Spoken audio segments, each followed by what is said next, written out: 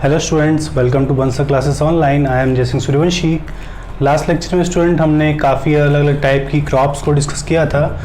हमने देखा था बेटा फूड सोर्स में कौन कौन से ऐसे प्लांट्स हैं जिनके हम parts as a food source use करते हैं। तो आज की क्लास में हम आगे का पार्ट डिस्कस करेंगे। हम लास्ट लेक्चर में सीज़न देखे थे हमने बेटा, सीज़न कौन कौन से टाइप के होते हैं इंडिया के अंदर, और अलग अलग सीज़न के अंदर अलग अलग क्रॉप को ग्रो किया जाता है। बहुत सारी क्रॉप्स जो है बेटा उनको अलग वेदर या अलग क्लाइमेटिक कंडीशन, अलग टेम्परेचर की रिक्वायरमेंट होती है, और ये जो रिक्वायरमेंट है इसी की वजह से क्रॉप अलग अलग टाइप की होती है सीज़न के बेसिस पे। हमने डिस्कस किया था बेटा खरीफ क्रॉप, रबी क्रॉप और जैद क्रॉप। तो आज की क्लास में हम डिस्कस करेंगे बेटा आगे का पार्ट। सेकंड टाइप की जो क्रॉप है वो है बेटा राबी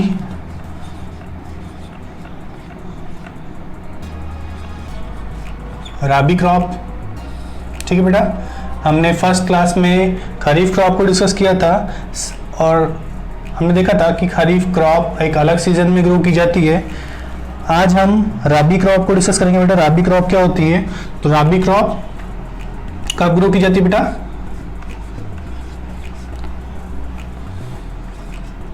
They are grown during winter season.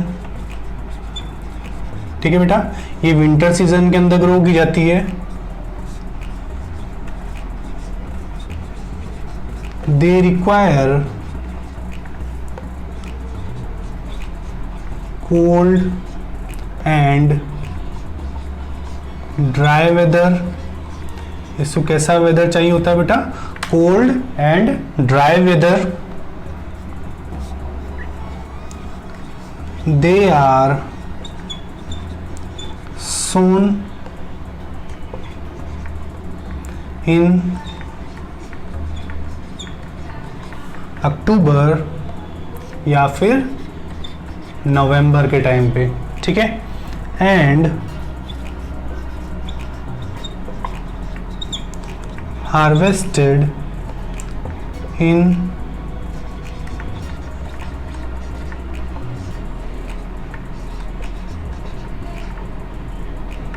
ठीक है मई या सॉरी मार्च या जून के टाइम पे इनकी हार्वेस्टिंग की जाती है। ठीक है बेटा, तो क्या होता है, रबी क्रॉप विंटर सीजन में ग्रो करते हैं। रबी क्रॉप को जैसे हमने देखा था कि खरीफ क्रॉप को कब ग्रो किया जाता है, तो खरीफ क्रॉप को ज़्यादा वाटर की रिक्वायरमेंट होती है, इसीलिए खरीफ क्रॉप को रेनी सीजन के अंदर ग्रो किया जाता है। रबी क्रॉप को ड्राई और कोल्ड वेदर की रिक्वायरमेंट होती है बेटा, और कोल्ड वेदर कब आता है? तो अक्टूबर या नवंबर से स्टार्ट होता है। तो अक्टूबर या नवंबर के टाइम पे इस रबी क्रॉप को के जो सीड्स होते हैं बेटा उनकी सॉइंग की जाती है, फील्ड में लगाया जाता है उनको, और उनकी हार्वेस्टिंग कब की जाती है?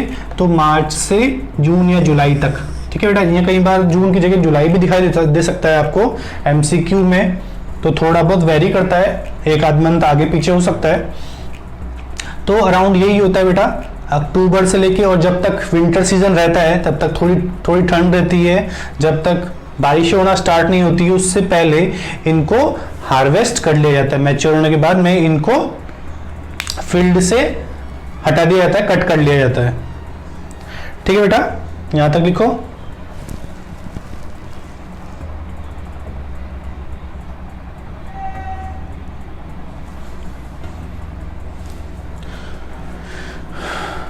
तो बेटा ये विंटर सीजन में ग्रो की जाती है, कोल्ड और ड्राई वेदर की रिक्वायरमेंट होती है, इसकी सॉइंग अक्टूबर नवंबर में की जाती है, मार्च और जून में इनकी हार्वेस्टिंग की जाती है। एग्जाम्पल लिख लेते हैं बेटा इसके बाद हम।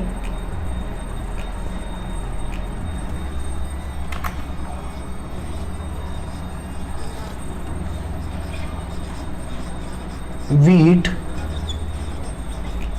barley, gram and mustard। ठीक ठीक है। ये कुछ एग्जाम्पल है बेटा जो कि राबी क्रॉप के, जैसे हमने खरीफ क्रॉप के एग्जाम्पल लिखे थे, ऐसे ही राबी क्रॉप के कुछ एग्जाम्पल है।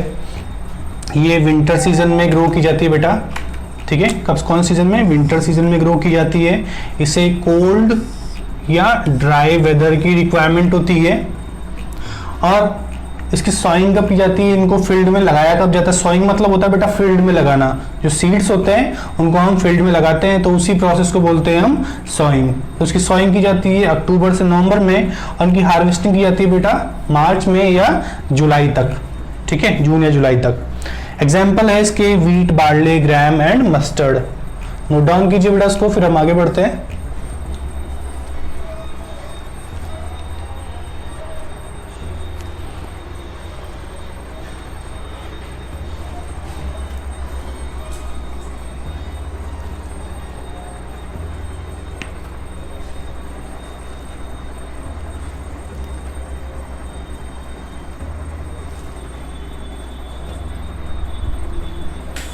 ठीक है बेटा, आपको खरीफ क्रॉप समझ में आ गया। खरीफ क्रॉप क्या होती है, हमने खरीफ क्रॉप को देख लिया। इसके बाद में हमने देखा जैसे खरीफ क्रॉप रेनी सीजन में ग्रो की जाती है, रबी क्रॉप विंटर सीजन के अंदर ग्रो की जाती है, ठीक है बेटा। कैसा वेदर की रिक्वायरमेंट होती है इसको? कोल्ड और ड्राई वेदर की। जैसे विंटर में बारिश नहीं होती है बेटा जनरली, तो उस सीजन में ये रबी क्रॉप ग्रो की जाती है। इनको ज़्यादा वाटर की रिक्वायरमेंट नहीं होती है। और इनकी सॉइंग कब की जाती है? सॉइंग मतलब आपको समझ में आ गया होगा बेटा, सीड्स लगाना होता है सॉइंग। तो इनकी सॉइंग की जाती है अक्टूबर या मार्च के टाइम पे, और इनकी हार्वेस्टिंग की जाती है मार्च से जून जुलाई तक। अप्रैल तक भी कई बार आ जाता है, अप्रैल ही लिख लो उसको तो ज़्यादा अच्छा है, ठीक है। जून जुलाई अप्रैल तक इनकी हार्वेस्टिंग की जाती है। इसके बाद में इसके एग्जाम्पल है बेटा वीट, बार्ले, ग्राम और मस्टर्ड। रफ कर दूं उसको।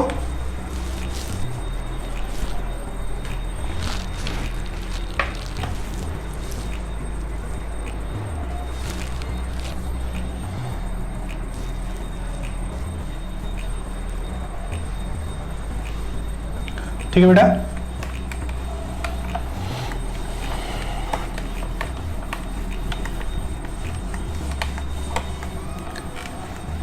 इसके बाद हम लिखेंगे थर्ड टाइप की क्रॉप। थर्ड क्रॉप को लिखेंगे बेटा हम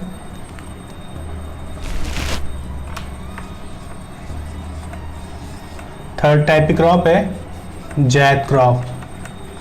जैद या फिर लिखा होता है जैद, ठीक है। थर्ड टाइप क्रॉप है। फर्स्ट हमने खरीफ क्रॉप पढ़ी, सेकंड है बेटा रबी, और थर्ड है जैद क्रॉप। फर्स्ट पॉइंट लिखते हैं, they are grown in summer season. कब ग्रो की जाती है बेटा? ये समर सीजन में ग्रो की जाती है।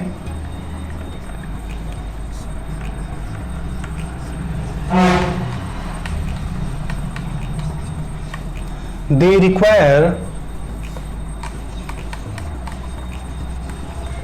Warm day. इसको वार्म डे की रिक्वायरमेंट होती है।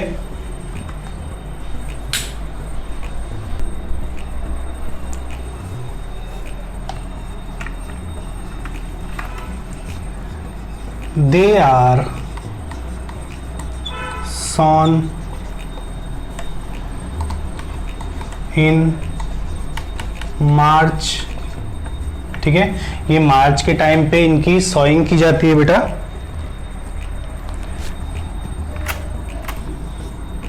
एंड हार्वेस्टेड इन जून। जून के टाइम पे इन्हें हार्वेस्ट कर लिया जाता है। Example seasonal vegetables and fruits, ठीक है बेटा। तो जैद क्रॉप कब ग्रो की जाती है? ये समर सीजन के अंदर ग्रो की जाती है। इसको वार्म डे की रिक्वायरमेंट होती है बेटा, क्योंकि समर के टाइम पे ज़्यादा गर्मी होती है, तो वार्म डे की रिक्वायरमेंट होती है इनको मैच्योरिटी के लिए, इनमें फ्लावरिंग के लिए। इनकी सॉइंग कब की जाती है? तो मार्च में की जाती है बेटा, और इनकी हार्वेस्टिंग जून में की जाती है। ठीक है, इनकी सॉइंग मार्च में की जाती है और इनकी हार्वेस्टिंग जून मंथ में की जाती है। एग्जाम्पल क्या है बेटा? तो सीजनल वेजिटेबल एंड फ्रूट, जितने भी आपने देखा होगा अलग अलग समर में जो बहुत सारी अलग अलग वेजिटेबल्स आती हैं बेटा, अलग अलग फ्रूट्स आते हैं, वो सारे ज़ैद क्रॉप के एग्जाम्पल है। तो फार्मर्स खरीफ और रबी जो क्रॉप है बेटा, इसके बीच के टाइम में, जो कि जल्दी 1-2 मंथ के अंदर ये जल्दी क्रॉप ग्रो हो जाती है, तो उन्हें बोलते हैं बेटा हम ज़ैद क्रॉप, इस समर सीजन में ग्रो करते हैं। रेनी सीजन और विंटर सीजन के बीच में जो समर सीजन होता है बेटा, उसमें ये क्रॉप को ग्रो किया जाता है, और इसको वार्म डे की रिक्वायरमेंट होती है मैचुरेशन के लिए, इनमें फ्लावरिंग के लिए, इनमें स्टोरेज ऑर्गन के फॉर्मेशन के लिए। ठीक है बेटा, इसकी सॉइंग मार्च के मंथ में की जाती है और हार्वेस्टिंग इसको कट कब किया जाता है? तो जून मंथ के अंदर इनको कट किया जाता है। और जितनी भी सीजनल वेजिटेबल्स होती हैं और जितने भी सीजनल फ्रूट्स आप खाते हो, वो सारे ज़ैद क्रॉप के एग्जाम्पल हैं। नोट डाउन कीजिए इसको।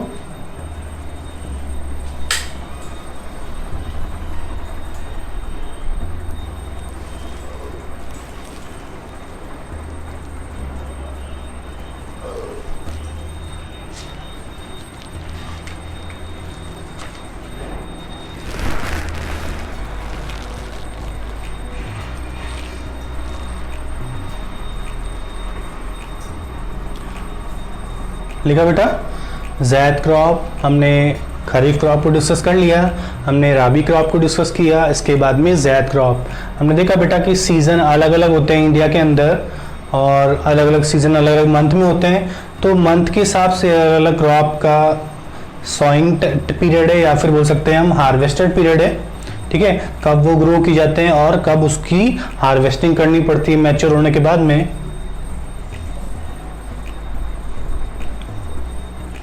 ठीक है बेटा, इसको रफ करूं मैं, यहां तक समझ में आ गया?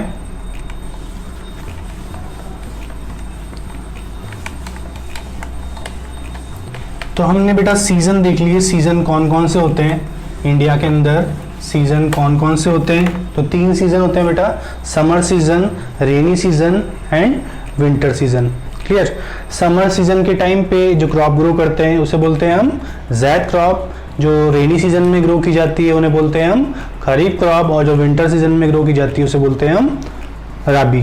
तो हमने देखा बेटा इनका सबका जो तीनों क्रॉप्स है, इनका सॉइंग टाइम अलग है, इनका हार्वेस्ट करने का टाइम अलग है, और हार्वेस्ट एक राइट टाइम पे करना जरूरी है, वरना आपके प्लांट या फिर जितनी भी आपने एफर्ट लगाए हैं वो सारे स्पॉइल हो सकते हैं। इसके बाद डिस्कस करेंगे बेटा हम organic farming.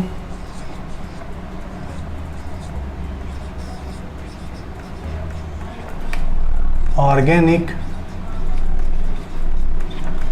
Farming, organic farming. ठीक है बेटा, तो ऑर्गेनिक फार्मिंग का मतलब क्या होता है? लिखते हैं हम point.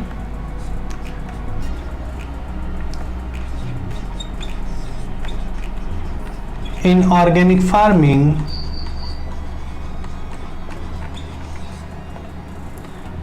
there is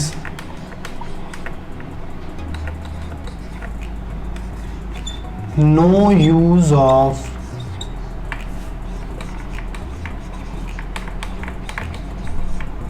chemical fertilizer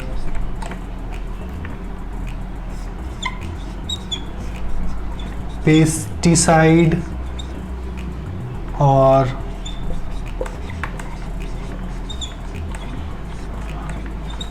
herbicides to repel or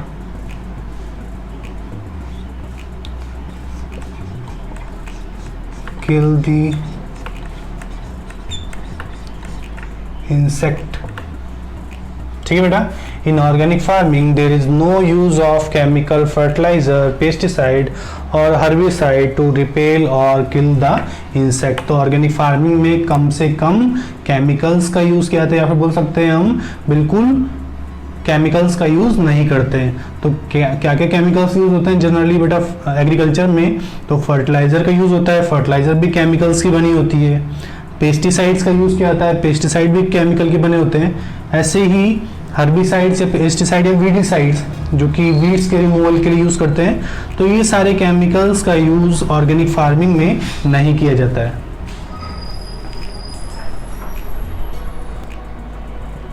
ठीक है बेटा, समझ में आया? In organic farming there is no use of chemical fertiliser, pesticide और हर्बिसाइड टू रिपेल और kill the insect. Organic farming में केमिकल फर्टिलाइजर्स का यूज़ नहीं करते हैं बेटा, ना ही पेस्टिसाइड या हर्बिसाइड का यूज़ किया जाता है, ना ही वीडिसाइड्स का यूज़ किया जाता है. क्लियर? तो ऑर्गेनिक फार्मिंग में केमिकल्स का यूज़ कम से कम या फिर ना के बराबर किया जाता है, नेग्लिजिबल अमाउंट में.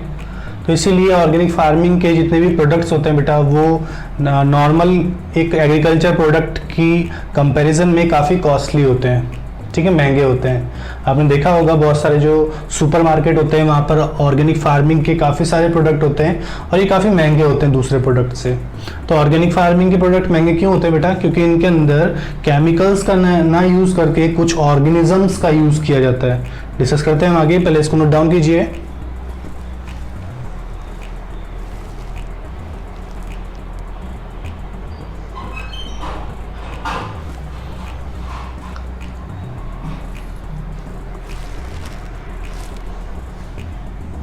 ठीक है बेटा, कर दूं इसको रफ में.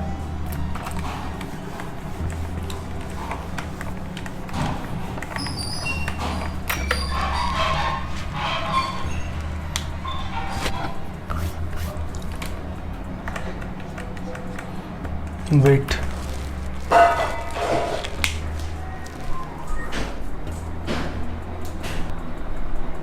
तो यहाँ तक समझ में आ गया बेटा आपको कि ये जितनी भी ऑर्गेनिक फार्मिंग होती है उसके अंदर केमिकल्स का यूज़ नहीं किया जाता है. इसके बाद और क्या एडवांटेज है इस ऑर्गेनिक फार्मिंग के? तो बेटा जितना भी एग्रीकल्चर वेस्ट होता है या जितना भी फार्म का वेस्ट होता है वो सारा रिसाइकल होके मैन्योर की फॉर्म में कन्वर्ट हो जाता है. ठीक है बेटा,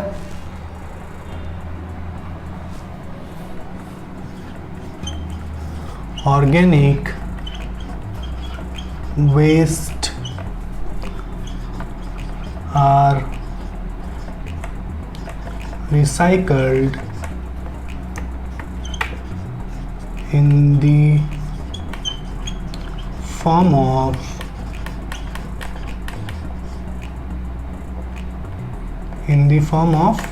manure. ठीक है, organic waste are recycled in the form of manure.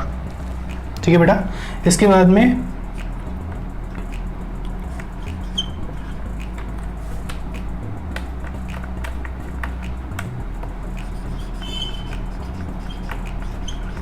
Manure are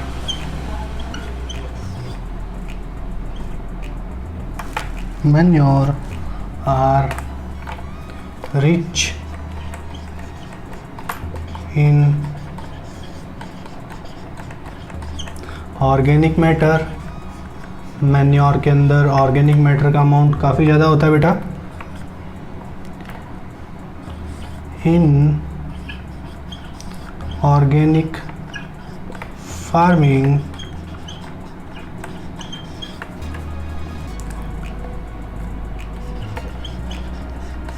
healthy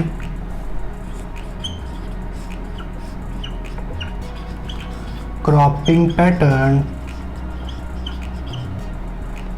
are used. ठीक है, यहाँ पे ऑर्गेनिक फार्मिंग के अंदर हेल्दी क्रॉपिंग पैटर्न का यूज़ किया जाता है बेटा. यहाँ पे और आगे लिख देता हूँ मैं, यहाँ पे नहीं दिखाई देगा लेकिन आपको पहले एक बार इसको लिख लो, अगर दिखाई दे जाएगा तो ठीक है. सच एज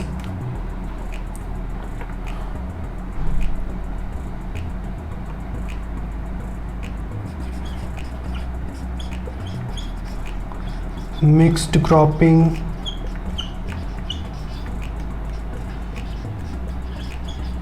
इंटर क्रॉपिंग, ठीक है बेटा, या फिर क्रॉप रोटेशन। तो ऑर्गेनिक फार्मिंग में एक बार बेटा देख लो, मैं यहाँ पर आपको दिखाई दे रहा है, हाँ ठीक है दिख रहा है, ठीक है बेटा नीचे का दिख रहा है। Organic waste are recycled in the form of manure, जितने भी ऑर्गेनिक वेस्ट होता है उसको रिसाइकल करके मैन्योर के फॉर्म में कन्वर्ट किया जाता है बेटा, क्योंकि सॉइल के अंदर काफ़ी सारे अलग अलग टाइप के माइक्रो ऑर्गेनिज्म प्रेजेंट होते हैं, और यही माइक्रो ऑर्गेनिज्म इन ऑर्गेनिक वेस्ट को या फिर जितना भी एग्रीकल्चर वेस्ट होता है, इन सारे वेस्ट को ये मैन्योर की फॉर्म में बदल देते हैं, ठीक है। ऐसे बहुत सारे फंगस होते हैं बेटा, फंगस ऑर्गेनिक मैटर को डीकम्पोज करके, या फिर बहुत सारे बैक्टीरियाज होते हैं, ये क्या करते हैं बेटा, ऑर्गेनिक मैटर को डीकम्पोज करते हैं और डीकम्पोज करने के बाद में इन्हें मैन्योर में बदल देते हैं। ऐसे ही बेटा जो मैन्योर होती है, मैन्योर के अंदर ज़्यादा से ज़्यादा अमाउंट में ऑर्गेनिक मैटर प्रेजेंट होता है। Manure are rich in organic matter, ज़्यादा से ज़्यादा अमाउंट में मैन्योर के अंदर ऑर्गेनिक मैटर प्रेजेंट होता है। हम आगे डिस्कस करेंगे बेटा मैन्योर और फर्टिलाइजर में क्या डिफरेंस है, इंपॉर्टेंट क्वेश्चन बनता है यहाँ से। तो कौन कौन से पॉइंट्स है जो कि हमें लिखने चाहिए जब हमें सब्जेक्टिव क्वेश्चन मिलता है कि what is the difference between manure and fertiliser. तो हम देखेंगे क्या क्या डिफरेंस होते हैं मैन्योर और फर्टिलाइजर में, किस तरीके से आपको आंसर लिखना है। In organic farming healthy cropping pattern are used such as mixed cropping, intercropping and बेटा क्रॉप रोटेशन। तो ये कुछ क्रॉपिंग पैटर्न होता है जिसके थ्रू हम इंसेक्ट से या फिर जितने पेस्ट होते हैं बेटा, या फिर वीड्स की ग्रोथ, जो अनवांटेड प्लांट्स होते हैं उनकी ग्रोथ को कम से कम कर सकते हैं, उनकी ग्रोथ को इनहिबिट कर सकते हैं। तो आपको पॉइंट समझ में आया बेटा, ऑर्गेनिक फार्मिंग में केमिकल्स का यूज़ नहीं करते हैं, यहाँ पर काफ़ी सारे बायोपेस्टिसाइड या फिर बायो फर्टिलाइजर का यूज़ किया जाता है। क्यों किया जाता है बेटा, क्या होते हैं बायो फर्टिलाइजर और बायोपेस्टिसाइड, तो उसको हम बाद में डिस्कस करेंगे।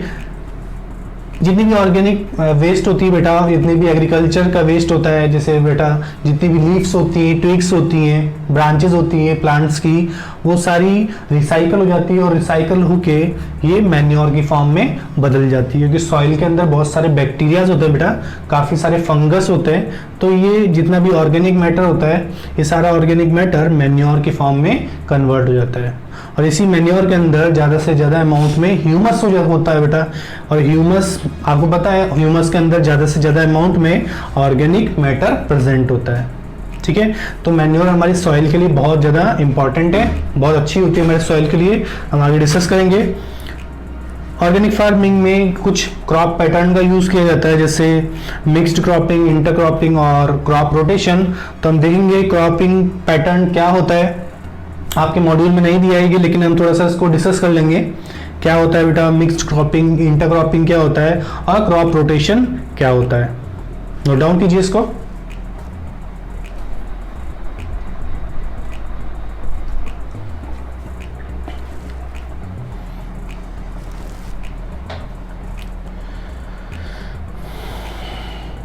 हम लिखेंगे नहीं इनको, इंटरक्रॉपिंग, मिक्स्ड क्रॉपिंग और क्रॉप रोटेशन को हम लिखेंगे नहीं, हम इनको समझ लेंगे कि इसका मतलब क्या होता है, ठीक है बेटा। Mixed cropping, intercropping and crop rotation बहुत ज़्यादा इंपॉर्टेंट है, ठीक है। कई बार जो है एमसीक्यूज यहाँ से फॉर्म होता है बेटा कि अगर ऑर्गेनिक फार्मिंग में ये वीडिसाइड्स का यूज़ नहीं कर रहे हैं, बायोपेस्टिसाइड का यूज़ नहीं कर रहे हैं, ठीक है, बहुत सारे जो बेटा और केमिकल्स होते हैं जैसे फर्टिलाइजर, इनका यूज़ नहीं कर रहे हैं, तो प्लांट जो है वो इतने अच्छे कैसे ग्रो हो जाते हैं, ठीक है। प्लांट में कोई डिजीज़ क्यों नहीं हो रही है, तो बेटा ऑर्गेनिक फार्मिंग के साथ साथ वहाँ पर कुछ क्रॉपिंग पैटर्न का यूज़ किया जाता है, जैसे मिक्स्ड क्रॉपिंग, इंटरक्रॉपिंग। तो एक बार हम इसको ऑरली हम डिस्कस कर लेते हैं बेटा, मिक्स्ड क्रॉपिंग, इंटरक्रॉपिंग और क्रॉप रोटेशन का मतलब क्या होता है। मैं इसको रफ कर दूं, ये आपके सिलेबस में नहीं है लेकिन फिर भी एक बार आप सुन लीजिए, इन तीनों के नाम लिख लेना, आपको याद रहेगा, ठीक है बेटा। फर्स्ट है मिक्स्ड क्रॉपिंग, सेकंड है इंटर, बेटा ये आई है, ठीक है, मैं इसको दोबारा से लिख देता हूँ, इस तरीके से आप जी ना लिख लो, इंटर क्रॉपिंग, और थर्ड है क्रॉप रोटेशन। ठीक है बेटा, क्रॉप रोटेशन। तो मिक्स्ड क्रॉपिंग का मतलब क्या होता है बेटा? मिक्स्ड क्रॉपिंग से आप क्या समझते हो? मिक्स्ड क्रॉपिंग का मतलब होता है कि हमने बहुत सारे, मतलब जैसे आपने 2-3 प्लांट के एक साथ सीड्स लिए, है ना। आपने क्या किया, एक अलग सीड लिया, एक अलग सीड लिया, एक अलग सीड लिया, है ना। ये अलग सीड है, ये अलग सीड है, ये अलग सीड है। आपने 3 सीड्स को मिक्स किया और मिक्स करने के बाद में इनकी सॉइंग कर दी, इनको खेतों में लगा दिया, फील्ड में लगा दिया। अब क्या होगा बेटा, ये जो क्रॉप होगी वो क्रॉप कैसी होगी? आपने सारे सीड्स को मिक्स किया आपस में और मिक्स करने के बाद में उनकी सॉइंग कर दी। तो ये वाला जो मेथड है बेटा कम से कम यूज किया जाता है, बहुत कम इस वाले मेथड को यूज करते हैं, मिक्स्ड क्रॉपिंग मेथड को। क्योंकि यहाँ पे बेटा क्या डिसएडवांटेज है इसका कि जिस मिक्स्ड क्रॉपिंग में जब हम सीड्स को एक साथ लेके और इनकी सॉइंग करते हैं, तो बेटा जब ये क्रॉप हार्वेस्ट हो जाती है, जब ये क्रॉप मैच्योर हो जाती है, तो मैच्योर करने के बाद में, जैसे मैच्योर हो जाएगी वो, मैच्योर होने के बाद में हमें उसे कट करने के बाद में, जब हम कट कर लेंगे उसको, हार्वेस्ट कर लेंगे, तो हार्वेस्ट करने के बाद में हमें सेपरेट करना पड़ेगा सारी अलग अलग क्रॉप को।